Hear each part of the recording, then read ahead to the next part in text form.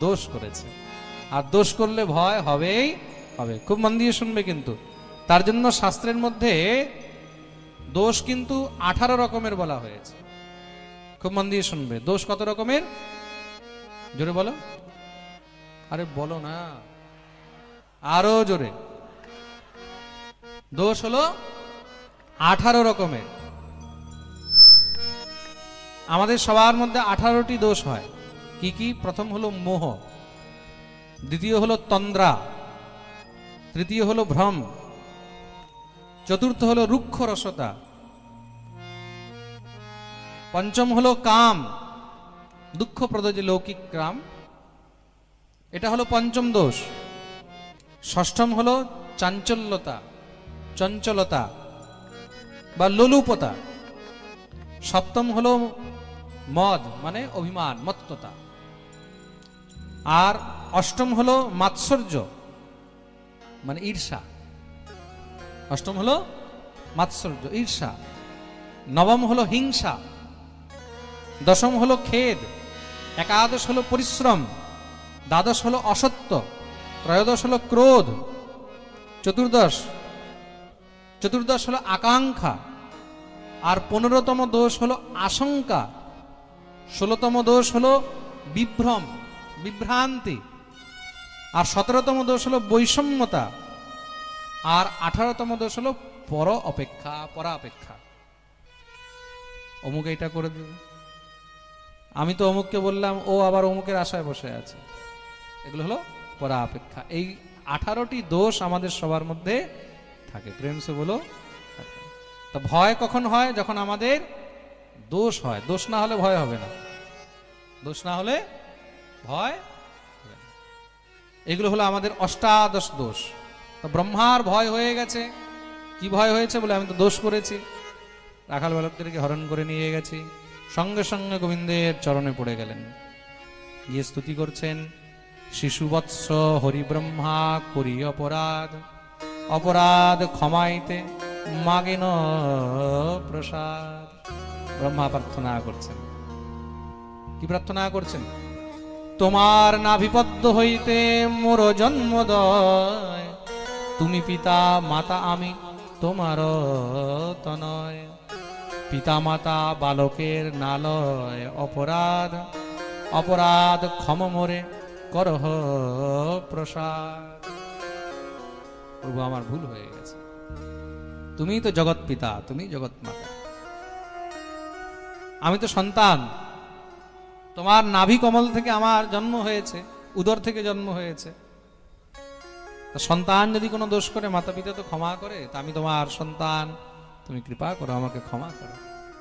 ভগবান ব্রহ্মাকে কি উত্তর দিচ্ছেন দেখুন। গোবিন্দ কেমন রসিক। ভগবান বলছেন, এসব ফালতু কথা বলে লাভ নেই, নাটকবাজি করবে না। কেন? না আমি তোমার বাপ, না তুমি আমার বেটা। ভগবান বলছেন, কৃষ্ণ কহেন, ব্রহ্মা তোমার পিতা নারায়ণ, আমি গোপ, তুমি কইছে আমারও নন্দন। তোমার বাপ হলো নারায়ণ।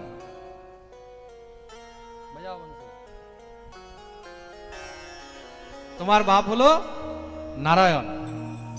প্রেম সে বলো। তোমার বাবা হলো নারায়ণ, তুমি নারায়ণের উদর থেকে জন্ম নিয়েছো। আমি হলাম গোপ, গোয়ালা। কইছে তুমি আমারও নন্দন। তুমি গোয়ালার বেটা তো নও, তুমি তো হলে নারায়ণের পুত্র। তা আমি তোমার বাপও নই, তুমি আমার বেটাও নও। প্রেম সে বলো। ব্রহ্মা বলছে তুমিই তো নারায়ণ। ভগবান বলছে না না না, এসব নাটকবাজি। আমি বললাম সাধারণ গোয়ালা, তুমি গোয়ালা মনে করি তো আমার পরীক্ষা নিতে এসেছিলে? এ কি ভগবান? ব্রহ্মা বুঝে গেছেন যে প্রভু রুষ্ট হয়ে আছে। কি করে ভগবান প্রসন্ন হবেন? ব্রহ্মা ভগবানের স্তুতি করলেন, নমেড্যতে ব্রবপুষে তডিদম্বরায় গুঞ্জাবতংস পরিপচ্ছল সন্মুখায় বন্যস্ত্রজে কবলবেত্র বিষাণবেণু লক্ষ্মশ্রিয়ে মৃদুপদে পশুপাঙ্গজা। দিব্য গোবিন্দের স্তুতি করলেন, কিন্তু স্তুতি করাতেও ভগবান প্রসন্ন হননি।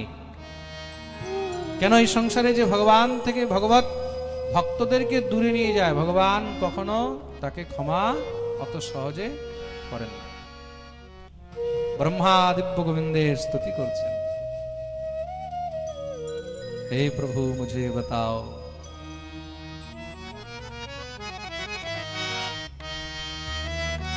খুব সুন্দর ব্রহ্মার ভাব।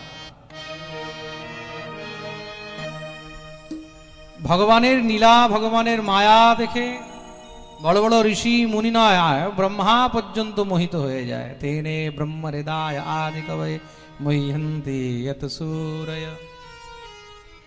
কে না মোহিত হয়?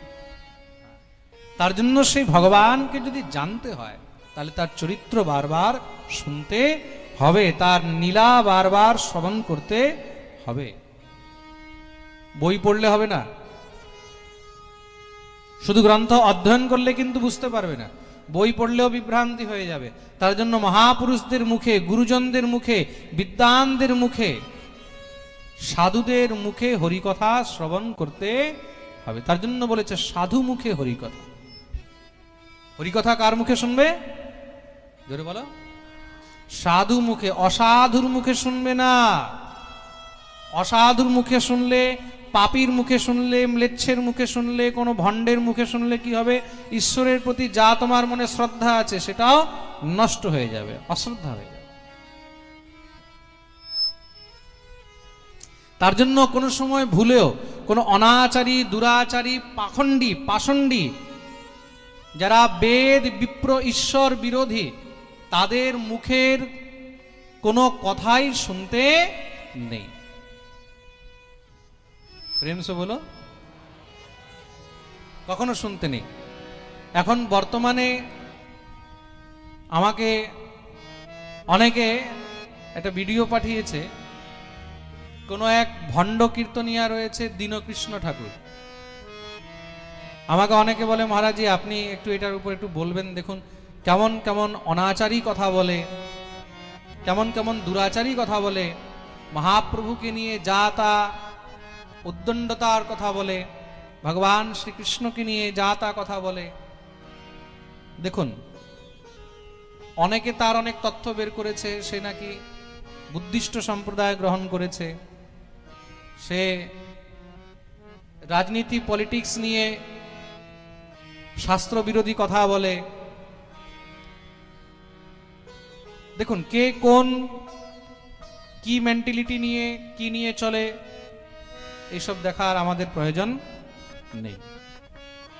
কিন্তু একটা কথা আপনাদেরকে বলে দিচ্ছি, যারা লাইভ শুনছেন বা এখানে বসে আছেন,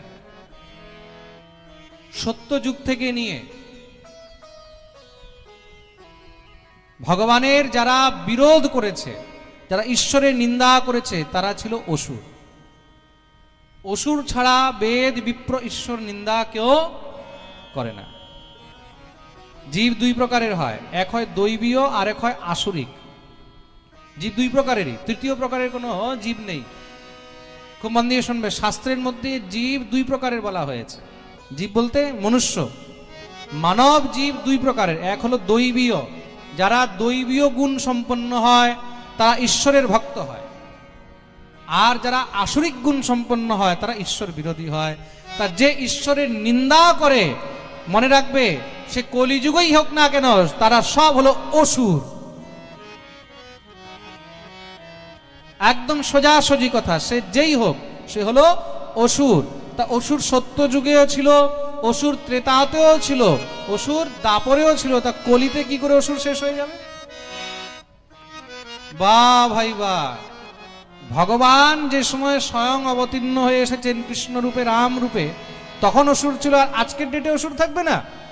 অসুর তো আজও থাকবে। তা সেই অসুর হয়তো দীনকৃষ্ণ ঠাকুর হয়েই এসেছে।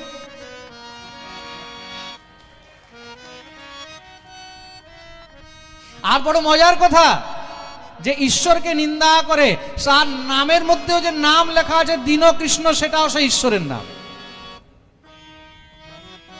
যেই নাম নিয়ে সে চারদিকে প্রচার করছে, চারদিকে মহারাজ ঈশ্বরের নিন্দা করছে, সেই নামও কিন্তু তার ধার নেয়া নাম। কার? ঈশ্বরের নাম। কেন? ঈশ্বর ছাড়া তার নামও চলবে না, তার দোকানও চলবে না, তার কীর্তনও চলবে না। আসলে কীর্তন নয়, সে কীর্তনের মাধ্যমে নিজের অসুরত্বের প্রচার করছে। আর যারা সেই অসুরের মুখ দর্শন করছে, তার মুখের কথা শুনছে, চাহে ইউটিউবে হোক চাহে সামনে বসে হোক, তারাও সাক্ষাৎ সেই অসুরের মলমূত্র ভক্ষণ করছে।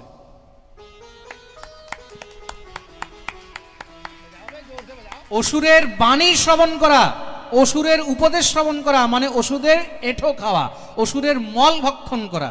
তার জন্য যারা দৈবীয়,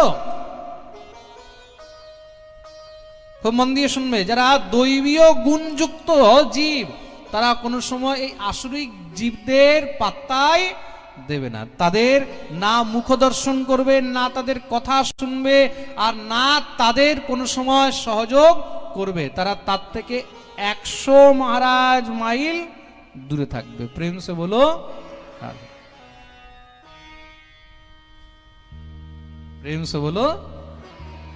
তার জন্য সে যেই হোক, সে যেই ঠাকুরই হোক, যেই কৃষ্ণই হোক, সে যেই কোনো কীর্তনিয়া হোক, যেই কোনো মহারাজ সম্প্রদায়ের হোক, যে ঈশ্বর নিন্দা করে, বুঝে যাবে সে হলো সাক্ষাৎ অসুর। আর যে অসুর, তার মুখ দর্শন করবে, তার কথা শোনা মানে তার এঁঠো খাওয়া, উচ্ছিষ্ট খাওয়া। উপদেশ কি? এই যে পাঠ আপনারা শ্রবণ করছেন, উপদেশ পাঠ শ্রবণ করা মানে এটা আপনারা গ্রহণ করছেন। তা বাণীর উচ্ছিষ্ট এটা কি? এক হলো মুখের উচ্ছিষ্ট, আর এক হলো বাণীর উচ্ছিষ্ট। এটা হলো বাণীর উচ্ছিষ্ট, আমরা কর্ণ দিয়ে গ্রহণ করছি। কার মুখের এঁঠো টেনে খেলে সেই মহারাজ হৃদয় প্রদূষিত হয় না, যতটা তার মুখের বাণী ভিতরে ঢোকালে হৃদয় প্রদূষিত হতে পারে। প্রেম সে বলো। এই যে শব্দ, এই যে বাণী, এই বাণী একটা এমন খারাপ জিনিস, কার ভিতরে কোন সময় ঢুকে যে কতটা বিষ ছড়াবে এটা কেউ বলতে পারবে না। পারবে? সংশয়রূপী শঙ্কারূপী বিষ এই বাণী দ্বারা ছড়ানো হয়। তার জন্য এই বাণী থেকে বড় বিষ এই সংসারে আর কিছু নেই। ঈশ্বরের নিন্দা করে যারা বিষ ছড়াচ্ছে, সেই বিষ থেকে আপনারা বেঁচে থাকবেন। তাকে একমাত্র অসুর বলে তাকে তিরস্কার করুন, বহিষ্কৃত করুন। যারা এইসব মানুষকে কীর্তনে ডাকে, সেই সব কমিটি, সেই সব জায়গা থেকেও আপনারা বিরত হন, একদম তাদেরকে বয়কট করুন। যখন আপনারা বয়কট করবেন, একটা বাংলা একটা কথা আছে, বলে যাকে মারতাম হাতে তাকে মারবো ভাতে। প্রেম সে বলো।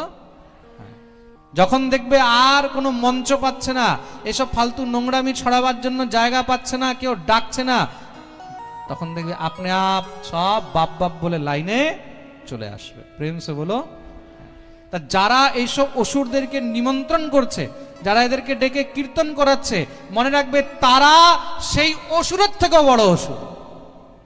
যারা জেনে বুঝে এইসব অপরাধগুলোকে প্রশ্রয় দিচ্ছে, এগুলোকে বাড়াবার কাজ করছে, তা তাদেরকেও বহিষ্কার করুন, বহিষ্কৃত করুন।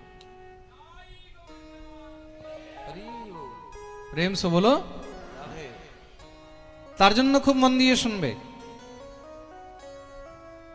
ভগবত নীলা, ভগবত চরিত্র, ভগবত মায়া, এগুলো বোঝা সবার সামর্থ্যে নেই। এগুলো একমাত্র ভগবত ভক্ত ছাড়া, ঈশ্বরের কৃপা ছাড়া কেউ বুঝতেও